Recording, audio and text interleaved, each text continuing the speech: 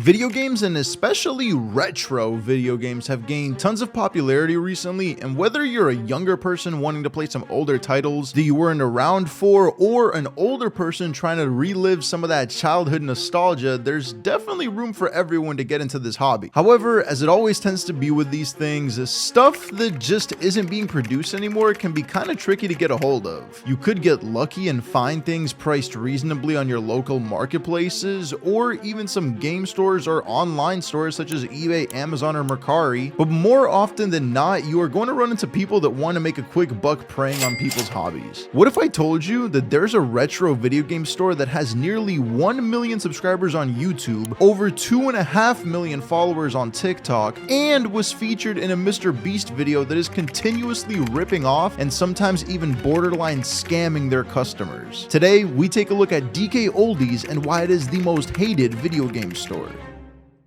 On the surface level, when you first go to the DKOldies website or take a look at some of their YouTube or TikTok content, it all seems innocent and fun. Most videos usually consist of Joey, who essentially is a worker that's recognized as the face of DKOldies at this point, acting very engaging as he chooses an order from their site to pack for shipping for the video, while also throwing in a little freebie to film the orders. When I first found these videos, I was actually kind of entertained, which made me want to go and check out their website. I've recently been wanting to replay some of the older Pokemon games for the DS and 3DS, so I figured, why not? Let's see what they got on the website, and hey, maybe if my order gets chosen, I could even end up with a free gift. Upon looking at their site, everything looked right except for one important thing, and that was the prices. Now I get it, people can price out of print items at whatever price they want, doesn't mean I have to buy them, but charging nearly double to triple on some of these consoles and games is absolutely absurd. And it's true, there are some people on Reddit that claim the DKOldies target audience is the kind of people who are too scared to use eBay or Mercari due to some scams appearing on those sites, but charging someone more than double in order to ensure a product is 100% legit is definitely a scummy thing to do. Personally, I've used websites like eBay and OfferUp for years now, so I have no problem deciphering a legit deal on there for a fraction of the price. The crazy thing though is that I actually recently bought myself an OG Nintendo 2DS console from another retro video game store in person, not on eBay. The price that I paid for this thing, which by the way is in great shape and came with a charger and even a stylus, was $96 after tax. Fairly similar to what you would find on a site like eBay. Now, if we go ahead and take a look at the DKOldies website, the same console will run you $189.99 before taxes. Do you see how that's a little bit weird? And it's not that console alone. Here are some comparisons of eBay prices to DKOldies based on other consoles and even games too. You know what has a great price of free though? Joining my Discord server where you can chat with me and my supporters, as well as maybe give me some video ideas for the next video. You might be saying though, so what? Just don't buy from them and move along with your day. Others that are willing to pay the prices will. But that's the problem. After seeing these ridiculous prices, I decided to do a quick Google search of their name to see if anyone else felt the same as me, and what I found was essentially a giant rabbit hole of information. Now this is the part of the video where I want to give a huge shout out to channels like ReviewTechUSA, as well as Jacob R, and other creators in the same retro gaming niche. These creators have been trying to expose DKOldies for months now and warn people about purchasing from them. Why, you may ask? Are they seriously making multiple videos about an online store that only price gouges their willing buyers? It's not that simple. You see, when you buy a console from DKOldies, most of the time you are buying a quote-unquote refurbished condition console. Essentially, DKOldies claims to fix any issues that the console has, whether it's due to use, damage, or just age, clean the console, and test it to make sure that everything works before sending it off to the buyer. You supposedly also get a 1-year warranty on these consoles in case anything happens to go wrong. However, they also place stickers on the consoles, which one are supposedly suggesting and certifying that the consoles have been cleaned and refurbished, and two, it states that if you remove the stickers and open up the console yourself, the warranty will be void. Now the reason why I bring this up is because many creators on YouTube have decided to do the actual reviews of the consoles they've received from DKOldies to see whether will function, and more importantly, to see if they were cleaned or refurbished to begin with. And you probably see where this is going. For the most part, they weren't. There's footage of these creators opening up their consoles to find literal dirt and dust on the inside. Sometimes these consoles also just won't even work. Sometimes the fans in the consoles would be insanely loud. It's loud, but and when they open up the console,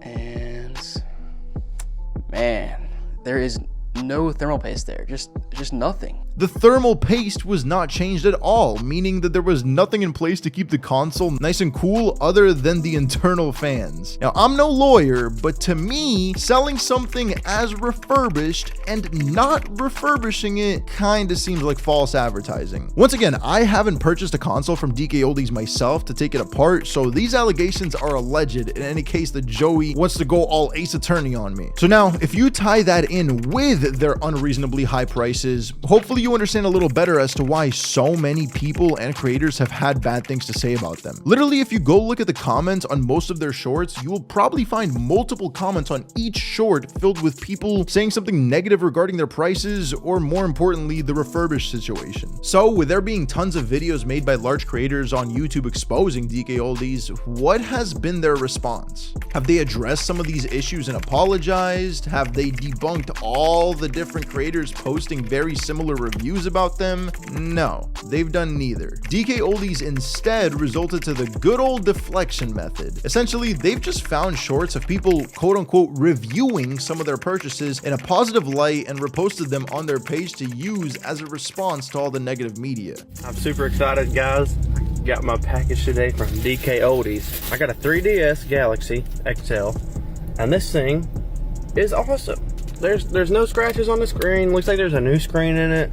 There's no dust in the game cartridge or anything like that. Everything fits well. I mean, it's awesome. It came in 3 days too. Kind of cringe, especially when there are multiple people actually defending DKOldies in the comments of the negative review videos that probably were also hoping for an actual statement from DKOldies as well. Also, those positive reviews that they keep posting don't do anything to solve the issue. At the end of the day, we aren't even sure if they're real reviews or paid actors in order to make the brand seem better. The last thing I want to touch on is that I also found an alleged former employee named Jigsaw who uploaded a video titled "I used to work for DKOldies, it's a scam." Now the video has since been deleted, but in that video Jigsaw spoke about how DKOldies did their refurbished process and whether they even opened up the systems. Check it out. So he would not open every system that came in.